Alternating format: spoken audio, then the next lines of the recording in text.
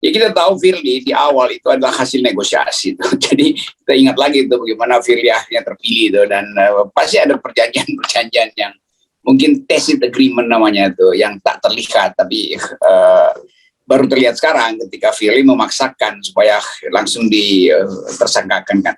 Itu etikanya di mana itu? Jadi buat mereka yang menunggu supaya Anies itu diperkarakan, sebetulnya kita bergembira karena selalu ada kontroversi di situ tuh. Jadi jangan lupa bahwa rakyat nggak peduli mau diperkarakan nggak diperkarakan, yang penting kontras kebijakan atau kontras kepemimpinan antara Anies dan calon-calon dari Pak Jokowi udah terlihat kan.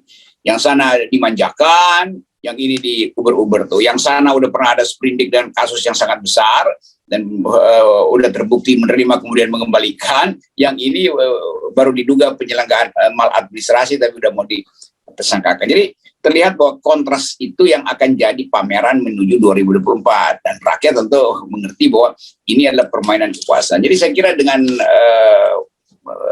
berita di Tempo tadi itu bahwa Firly memaksakan pentersangkakan Anies, itu akan membuat publik makin bergairah untuk memilih Anies. Itu konsekuensi dari kekonyolan kekuasaan aja kan.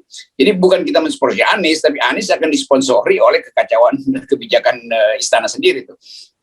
Apa yang akan terjadi kalau skenario yang dilakukan oleh Firly dan istana itu berjalan? Itu artinya nantang-nantangi namanya tuh. Dan nggak ada peta yang memungkinkan skenario itu dijalankan. Dari mana masuknya peta itu? Kalau peta itu betul-betul udah ada di depan mata, itu artinya seluruh keterangan gelar perkara kemarin udah mengarah pada Anies. Jadi tetap ada hati nurani di beberapa penyidik yang menganggap ya bagaimana kalau nggak ada bukti kok mau dipaksakan. Jadi pemaksaan itulah yang akan menggerakkan disebut aja mobilisasi rakyat untuk mengatakan bahwa ini adalah pekerjaan politik. Jadi dari awal keterangan Pak Firly justru menjebakkan dia sebagai petugas politik aja. Dari siapa? Ya dari presiden kan. Kan undang-undang KPK udah berubah tuh bahwa KPK itu ada di bawah presiden. Dan itu yang orang akan ingat lagi bahwa Pak Firly itu hanya sekedar menjalankan tugas presiden dengan perintah satu. Penjarakan Anies kan itu kan. Jadi kita mau lihat ini orang diuji atau bangsa ini diuji, mampu nggak kita secara rasional melihat bahwa KPK ini akhirnya menjadi peralatan politik. Itu intinya tuh.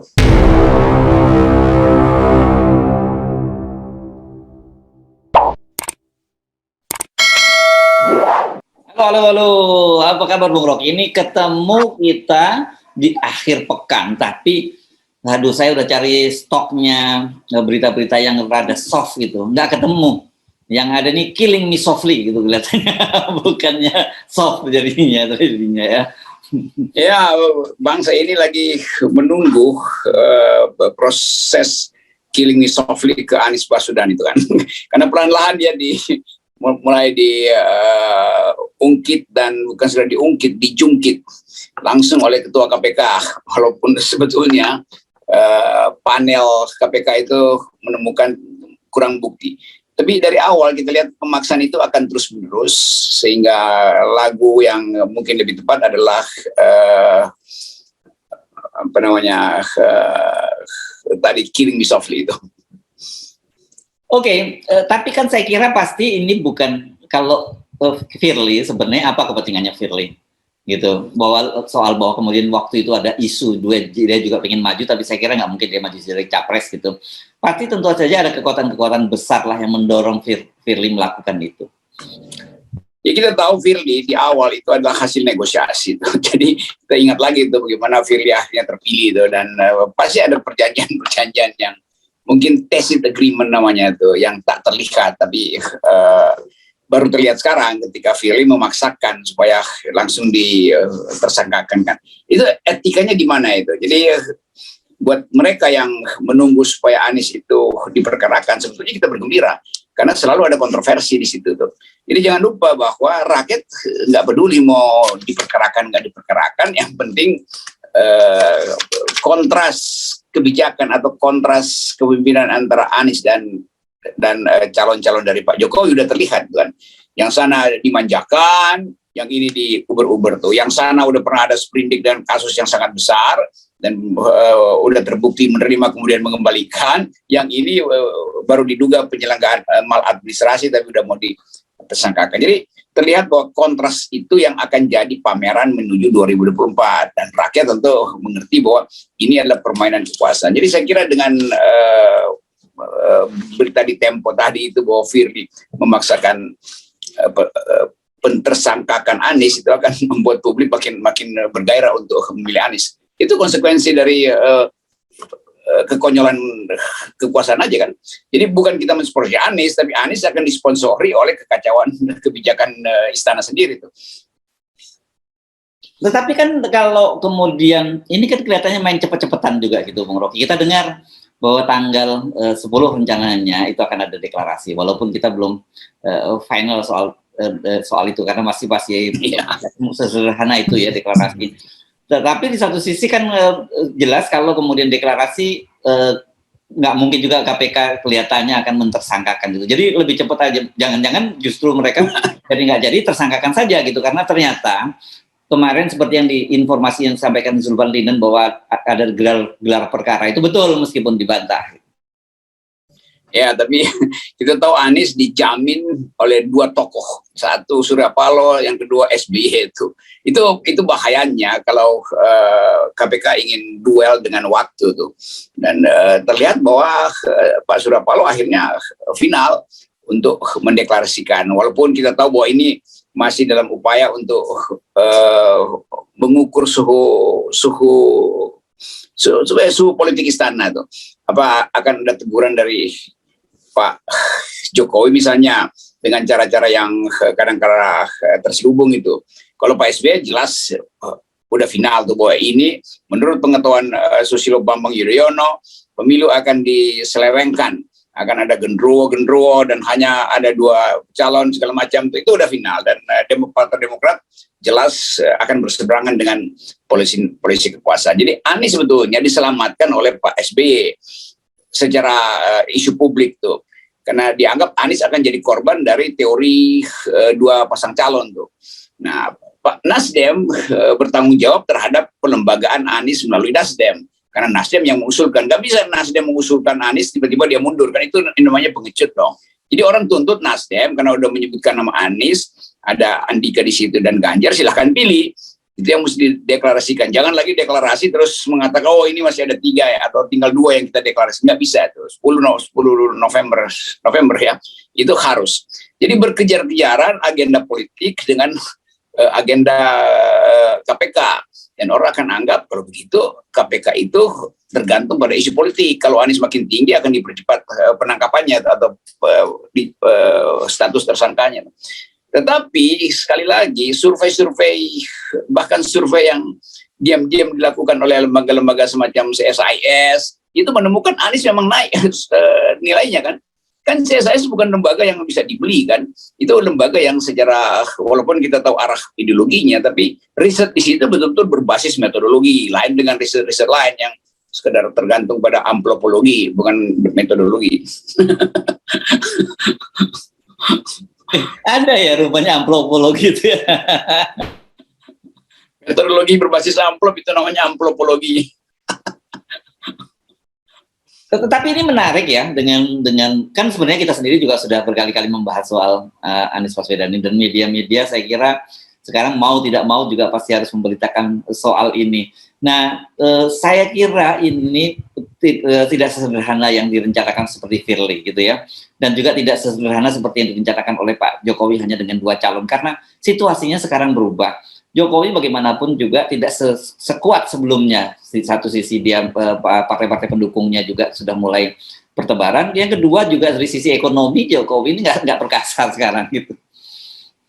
Ya, kelihatannya ada demoralisasi pada para pendukung Jokowi karena peristiwa kemarin. Dan tadi saya dengar musyawarah rakyat yang harusnya dilakukan di Makassar itu dibatalkan karena Pak Jokowi nggak bisa datang tuh. Itu artinya kan pukulan mental dan moral dan finansial pada relawan panitia musrah ini kan.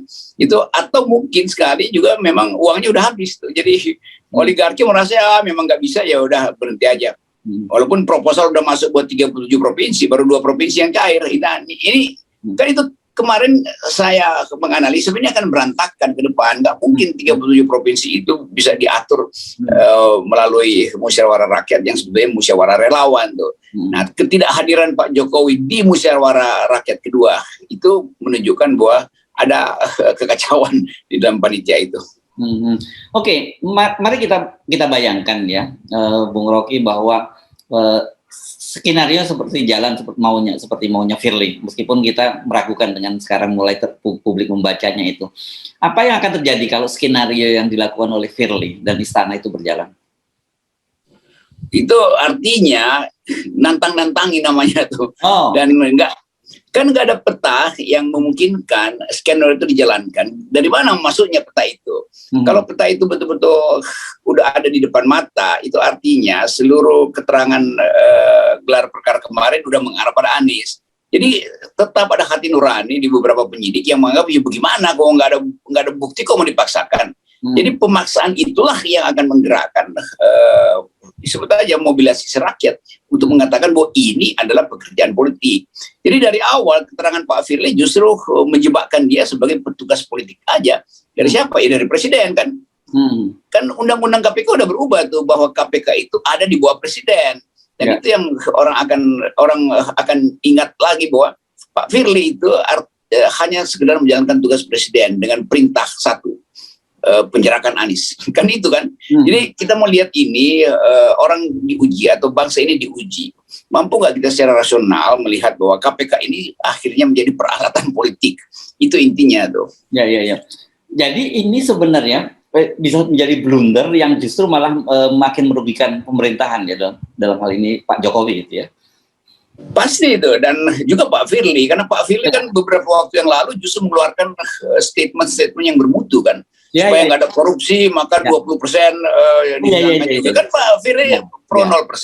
Loh kenapa tiba-tiba sekarang mau ngotot untuk supaya Anies tidak boleh masuk di dalam peta kompetisi kan? Jadi pertanyaan orang begitu, itu berarti apakah Pak Firly juga ada sprindik yang dipegang Jokowi kan bisa begitu jadinya kan. Jadi poin-poin ini yang bagi kita FNN meminta supaya didudukkan secara etis lah perkara ini. Kita minta pada Pak Firly supaya kasih keterangan kenapa dia ngotot gitu kan. Kan ngotot artinya mengejar waktu tuh. Kenapa mesti kejar waktu kalau memang belum ada data yang memungkinkan Anies itu dijebloskan sebagai tersangka. Jadi pertanyaan publik terarah pada Pak Firly sekarang. Apa penyebabnya sebetulnya Pak Firly? Dan orang masih ingat Pak Firly jadi satu contoh beberapa kali statementnya bagus kok. Kenapa tiba-tiba dalam soal ini pemaksaan itu terlihat lebih terbuka tuh. Dan itu mungkin pasti bukan kebencian pada Anies kan. Jadi ini kita anggap sebagai perintah politik pada KPK untuk mengumpulkan data seminimum apa mungkin untuk mentersangkakan Anies. Padahal menjadikan seorang tersangka itu harus ada adekuasinya, ada kecukupan bukti permulaan. Ya.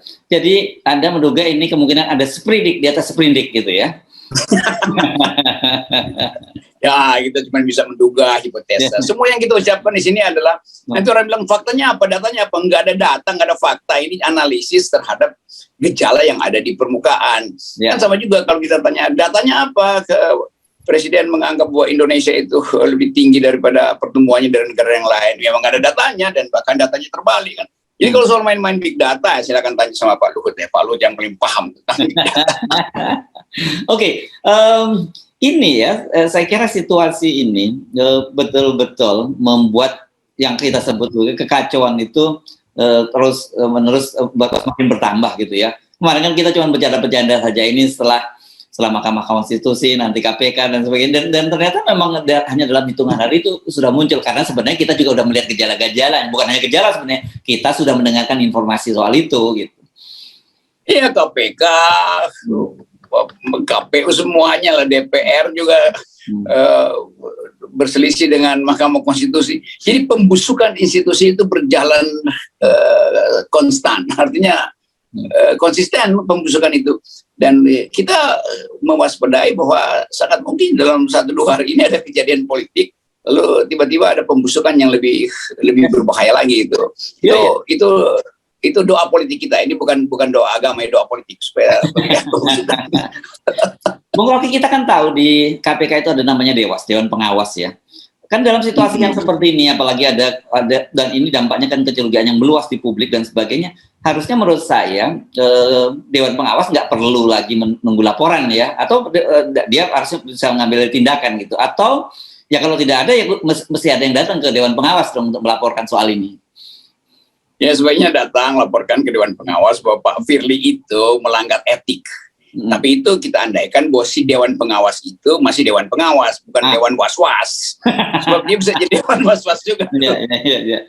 Kan dulu kita percaya ada beberapa profesor di situ yang juga saya kenal, yang jadi simbol independensi, simbol imparsialitas, simbol integritas. Padahal kita tahu bahwa dalam beberapa kasus mereka juga gagal untuk bertindak sebagai oversight committee itu, sebagai dewan yang mengawasi. Dan kita lihat lagi, ini Dewan Pengawas dulu dipilih oleh siapa, demi apa, dan dengan tukar tambah apa, kan itu intinya. Tapi untuk sekedar prosedural, sebaiknya relawan Anies laporkan pada Dewan Pengawas bahwa Anies itu dicegah untuk kampanye, dan kami sebagai juru kampanye Anies merasa terganggu tuh. Karena ini kompetisi itu bahkan harus dimunculkan. Mestinya Firly dorong Anies untuk maju gitu. Nanti dibuktikan aja belakangan kan, kalau betul-betul ada sesuatu yang secara hukum berbahaya tuh. Tapi kalau Anies sedang maju terus dihambat, itu artinya perintah politik. Itu konyolnya, kenapa nggak dari kemarin sebetulnya ketika Anies masih menjabat terus diperiksa maladministrasi dalam akuntansi Formula E ini kan. Jadi bagian-bagian yang kita duga sebagai sekedar permainan politik itu harus langsung dikomentari oleh relawan Anies dengan cara melaporkan Pak Firly yang diduga melanggar etika tuh. Karena memaksakan kan itu artinya melanggar etis. Ya. Tadi balik lagi ke pertanyaan saya, mungkinkah kemudian kalau katakanlah Firly berani menabrak, karena kalau di dalam Tempo disebutkan bahwa sekarang karena para penyidik menyatakan bahwa mereka tidak punya cukup alat bukti untuk menetapkan dia sebagai tersangka. Sekarang Firly coba melobi kepala BPK. Nah, kebetulan kita tahu BPK itu kan sekarang tempatnya politisi juga ya. Sekarang yang menjadi ketua BPK ini kan politisi dari PDIP gitu. Dan kemudian katakanlah dia dapat bahan gitu. Beranikah kemudian Firly melanjutkan ini setelah bocor ke publik? Ya paling bahannya diperbaiki lagi kan, dan bahannya nggak ada sebenarnya diada-adain akhirnya kan. Jadi kalau misalnya kita lihat BPK udah keluarkan data-data itu, dan memang kelihatannya BPK juga agak bias dalam soal ini kan. Dan kenapa bias? Ya karena ketuanya PDIP kok, dan itu adalah lawan politik Anies. Jadi dari awal juga kita tahu bahwa BPK nggak boleh sebetulnya diduduki oleh politisi itu. Yes. Tapi kan BPK itu bagian yang memang diinginkan oleh DPR, dan DPR yang mayoritas di situ adalah PDIP itu. Jadi yang terlihat sebetulnya terang benderang PDIP akan terhalangi oleh Anies. Dalam keadaan semacam itu PDIP satu pikiran dengan Pak Jokowi. Jadi Pak Jokowi sudah nebeng pada PDIP untuk memberangus Anies kan. Dan itu yang sekarang dikenali oleh rakyat bahwa PDIP dan Pak Jokowi tidak pernah berseberangan dalam soal Anies kan begitu kan. Jadi poin-poin ini yang, atau mungkin juga ya Ibu Mega masih kesal pada Pak Surya Paloh sehingga Anies dianggap sebagai lawan yang disodorkan oleh Surya Paloh. Demikian juga Demokrat yang Pak SBY yang masih disinisi oleh Ibu Mega, dan dianggap bahwa Anies ini adalah persekutuan orang-orang yang berseberangan dengan Ibu Mega tuh. Nah, karena itu kemudian KPK dimanfaatkan, dan kita tahu orang-orang di KPK juga adalah proksi dari PDIP itu, demikian juga BPK, jadi apalagi DPR tuh. Jadi semua institusi itu akhirnya tumbuh di dalam kepengecutan. Itu yang saya maksud tuh. Jadi pengecut semua itu. Kalau mau bertanding ya bertanding fair aja, ngapain ganjal-ganjal orang itu. Apalagi kalau ganjalannya itu nggak ada dasarnya, tiba-tiba oke, bikin ganjal yang lebih besar tuh. Yuk ganjal yang kecil aja nggak muat, kok bagaimana dipakai yang besar? Itu artinya yang besar itu pesanan dong. Nah, Anies akan diganjar secara lebih besar, bukan diganjar oleh Ganjar, karena Ganjar akan diganjar sendiri oleh dirinya. Bukankah kemarin ada upaya untuk mencomblangi Anies berpasangan dengan Puan yang dilakukan oleh Pak Yusuf Kalla? Ya itu lain lagi, itu Pak Yusuf Kala itu berpikir sangat pragmatis waktu itu supaya selesai masalah, ya udah Anies sama Puan aja kan. Tapi Pak Yusuf Kala juga punya simpanan strategi untuk memancing opini kan, dan ternyata ya sampai sekarang Yusuf Kala itu adalah player politik yang canggih itu. Jadi bayangkan misalnya Anies akhirnya dipindahkan berpasangan dengan Puan, lalu diasuh di CSIS, di mana tempat Pak Yusuf Kala juga berakrab dengan Sofyan Manandi. Iya, Sofyan Manandi, dan Sofyan Manandi pasti berakrab dengan apa namanya ini, proto oligarki kan begitu. Jadi jalinan itu kan mudah kita lihat. Tapi Anies tentu tahu bahwa ya dalam soal di mana dia tidak punya tiket, terpaksa dia mesti ada di dalam semacam pragmatisme itu tuh. Nanti satu putaran kita akan tagih Anies untuk meletakkan dirinya di dalam perlindungan etik, bukan dalam perlindungan politik yang di belakangnya juga ada permainan oligarki. Oke, jadi kita bagaimana kita mencermati kasus ini? Kemana kira-kira muaranya ini, permainan ini? Saya melihat bahwa dalam seminggu ini akan selesai masalahnya tuh. Atau Anies betul-betul ditersangkakan, atau Firly mengundurkan diri. Cuman itu konsekuensinya kan. Jadi nggak ada basa-basi itu ya. Pak Firly tersangkakan aja supaya jelas posisi Anies. Kalau nggak bisa tersangkakan, maka Pak Firly mesti dipanggil ke oleh Dewan Pengawas karena memaksakan sesuatu yang tidak ada dasarnya. Jadi itu simpel aja kita lihat. Lalu dengan cara itu kita bisa duga apa arah berikut dari Presiden. Kalau Anies tidak ditersangkakan, artinya Presiden akan merayu Anies supaya masuk di dalam di dalam sphere of influence dari Pak Presiden kan. Kan Presiden Jokowi ingin siapapun yang jadi Presiden 2024 dia harus melindungi kepetahanaan Pak Presiden gitu. Kan itu biasa aja tuh. Jadi sangat mungkin juga nanti akhirnya Presiden menganggap oke, Anies aja yang didukung.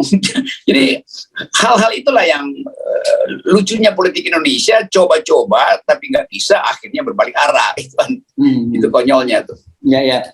Dan ternyata ini kalau kita lihat basis dukungan Anies ini udah mulai semakin meluas ya. Ini baru saja dia dapat kartu anggota pemuda Pancasila. Nah, kita Pancasila. Dan kemudian Yapto dengan tegas meminta bahwa karena dia harus memilih anggotanya sendiri, yaitu Anies Baswedan. Ini menurut saya jadi menarik juga ya. Pemuda Pancasila mendahului hasil pemilu sebetulnya kan. Ya. Karena udah pastikan Anies Baswedan. Ya. Dulu juga di awal Pak Jokowi, Pemuda Pancasila mengucapkan hal yang sama. Jangan ada yang coba-coba mengganggu Jokowi itu. Kan begitu kan. Ya. Jadi ya udah, itu wataknya Pemuda Pancasila begitu. Mungkin ada riset internal dari teman-teman di Pemuda Pancasila yang melihat bahwa Anies itu unstoppable. Anies nggak bisa dihentikan lagi. Jadi ya didukung, akhirnya begitu. Sama juga dulu Pak Jokowi nggak bisa dihentikan, ya Pemuda Pancasila mendukung. Tapi syaratnya cuma satu, taat pada Pancasila. Kan gampang. Kalau itu Anies akan bilang, saya taat pada Pancasila. Yes. Maka dia langsung dapat nomor James Bond 007. Oke, saya kira ini salah satu isu yang paling hot dalam pekan ini, yang sebenarnya kalau Anda mencermati perbincangan kita sudah memberikan sinyal itu jauh sebelumnya, gitu ya, Bung Rocky ya. Ya, jadi analisis kita itu akhirnya bertemu dengan fakta. Yes. Jadi kalau orang tanya faktanya apa, tunggu aja, nanti faktanya mendekat pada analisis. Dan hanya itu yang bisa kita terangkan itu, bahwa FNN kendati banyak satire, bercanda-bercanda, tetapi menganalisisnya serius, satu persatu dibahas, dilihat konsekuensinya, dan FNN tidak pernah mundur dari garis 0%. Yes, tetap 0%, gitu ya. Terima kasih Bung Rocky. Yeah. Oke.